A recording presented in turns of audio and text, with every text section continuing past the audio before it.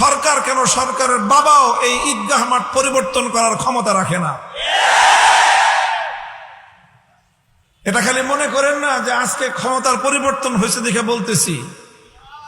যদি এই ঘটনার সাথে আমি সম্পৃক্ত থাকতাম, এই ঘটনা ঘটেছে আমার অনুপস্থিতিতে, আমি কারাগারে ছিলাম, যদি বাইরে থাকতাম আপনারা কেউ কিছু না বললেও সেই যুগে এটার জন্য প্রয়োজনে যুদ্ধ করতাম।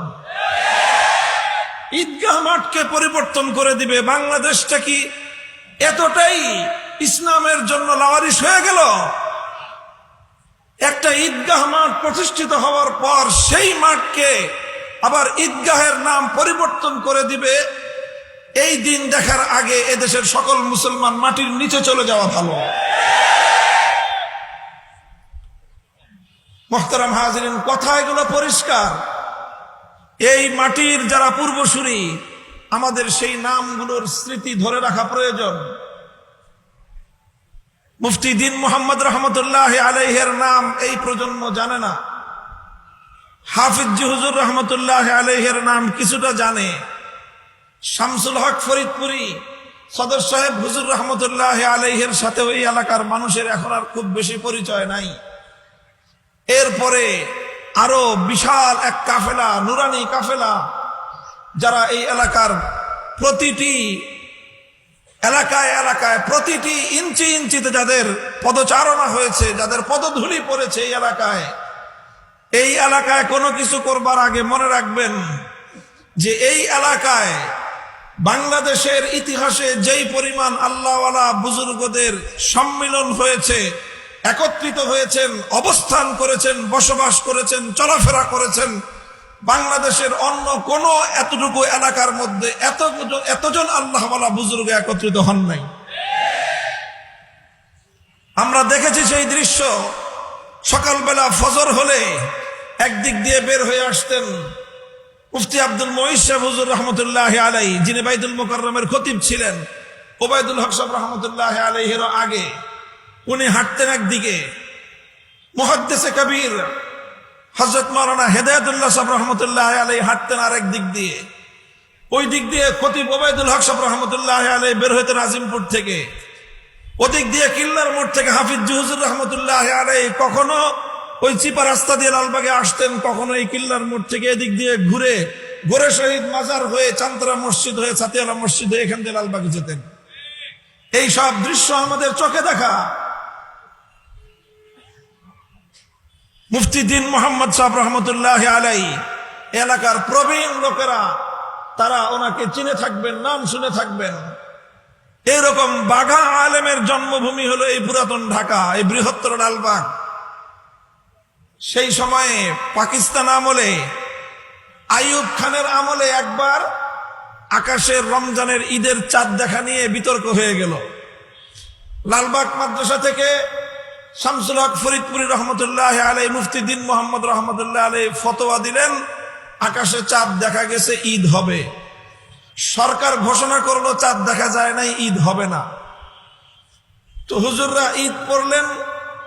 ঈদের নামাজ পড়ে মুফতি দ্বীন মুহাম্মদ রহমতুল্লাহ আলাইহির একটা বেগম বাজারে উনি থাকতেন, আর মৌলভী বাজারে, মাছ বাজারে ওনার কাছাকাছি ওনার একটা খানকা ছিল, বসার জায়গা।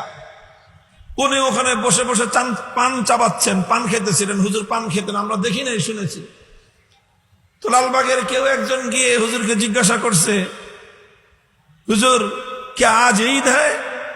এই পুরান ঢাকার মানুষ তো উর্দুতে বেশি কথা বলে।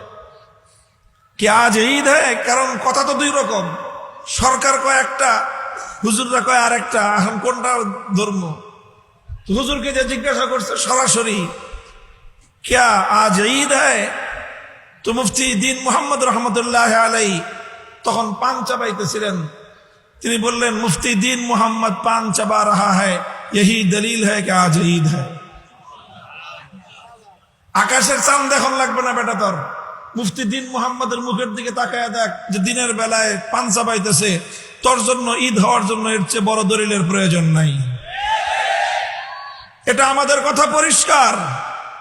আল্লামা শামসুল হক ফরিদপুরি রহমতুল্লাহ আলাইহি টক্কর দিয়েছেন সেই আইয়ুব খানের সাথে এই লালবাগে বসে। লালবাগে বসে টক্কর দিয়েছেন ফিল্ড মার্শাল আইয়ুব খানের সাথে। আইয়ুব খান যখন ফ্যামিলি প্ল্যানিং ল, কোরআন বিরোধী আইন পাশ করলো, শামসুল হক ফরিদপুরি রহমতুল্লাহ আলাই, এই মহিউদ্দিন খান রহমতুল্লাহ আলাই তখন ইসে থাকতেন ঢাকা আলিয়ায়, মৌলানা আমিনুল ইসলাম সাহেব রহমতুল্লাহ আলাই তখন ঢাকা আলিয়ার ছাত্র ইনারা, আবার আব্বাজান শাইখুল হাদিস আল্লামা আজিজুল হক রহমতুল্লাহ আলাই তখন হযরত সদর সাহেবের প্রধান সেনাপতি, ডাকাইলেন সবাইকে, বললেন যে আইয়ুব খান কোরআন বিরোধী আইন পাশ করেছে, এটার বিরুদ্ধে আমাদেরকে মাঠে নামতে হবে, খবর দাও যারা আছে আমাদের। ঢাকা আলিয়া থেকে এই মহিউদ্দিন খান রহমতুল্লাহ আলাই ওনারা আসলেন লালবাগে, শাইখুল হাদিস আল্লামা আজিজুল হক রহমতুল্লাহ আলাইহির নেতৃত্বে ওনারা রাতের বেলা এরকম হ্যান্ডবিল ছাপালেন সেই আইনের বিরুদ্ধে। সারা দেশে এক রাতে লালবাগের ছাত্ররা এবং ওনার এলাকার যারা শামসুল হক ফরিদপুরি রহমতুল্লাহ আলাইহির ঘনিষ্ঠজন ছিলেন, তারা গোটা বাংলাদেশে সেই সরকারের কোরআন বিরোধী আইনের বিরুদ্ধে লিফলেট প্রচার করলেন। সারা দেশে তোলপাড় হয়ে গেল।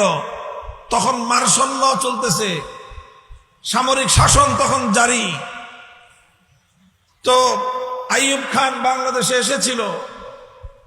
আইয়ুব খানের পক্ষ থেকে তখন গভর্নর জেনারেল মুনাইম খান, তারা শামসুল হক ফরিদপুরি রহমতুল্লাহ আলাইহির সঙ্গে অনেক দেন দরবার করার চেষ্টা করেছে। লালবাগে এসেছে, হুজুরকে ডাকাইছে, অনেক কিছুর অফার করেছে যে হুজুর এটা করে দেব, ওটা করে দেব, মাদ্রাসা বিল্ডিং করে দেব। শামসুল হক ফরিদপুরি রহমতুল্লাহ আলাইহি পরিষ্কার ভাষায় বলেছিলেন, টাকা দিয়ে গরু ছাগল কেনা যায়, শামসুল হক ফরিদপুরিকে কেনা যায় না। এবং এই কথাগুলি ওনারা বলতেন লালবাগের মাটিতে বসে। লালবাগের মুরব্বীরা, প্রবীণ সমাজ, আমাদের এই সকল বড়দের সাথে থেকে এক একটা মানুষ দেখতে দুর্বল হতো, কিন্তু তাদের ভিতরে ঈমান থাকতো বাঘের মতো, তাদের সাহস ছিল বাঘের মতো। গোটা রাষ্ট্রের সাথে, সরকারের সাথে আইয়ুব খানের মতো মার্শাল ল জারিকারী সামরিক শাসকের সাথে লড়াই করেছেন, যুদ্ধ করেছেন, এক কদম পিছপা হন নাই, বরং শাসক গোষ্ঠীকে মাথা নত করতে হয়েছে। আমরা নিজেরা দেখেছি, জেনারেল এরশাদ সাহেব যখন 1981 সালে সামরিক শাসন জারি করে ক্ষমতায় আসলেন, আওয়ামী লীগ, বিএনপি, এই বড় বড় রাজনৈতিক দল সব খোয়ারে ঢুকে পড়েছে, হাঁস মুরগির মতো সব খোয়ারে ঢুকে পড়েছে।